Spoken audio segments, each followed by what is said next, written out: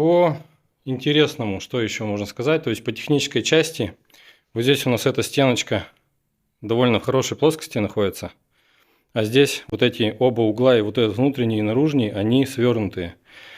И столешница у нас изготовлена из двух деталей. Столешницы трапециевидные, это не видно уже в готовом изделии, но все классно встало, то есть они запилены, закромлены.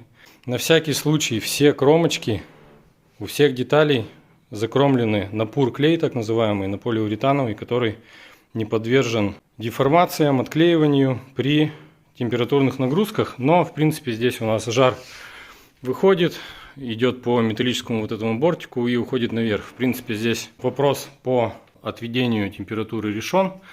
А нишу внутри мы проложили полностью жаропрочным материалом специальным. Поэтому здесь в плане пожарной безопасности все хорошо.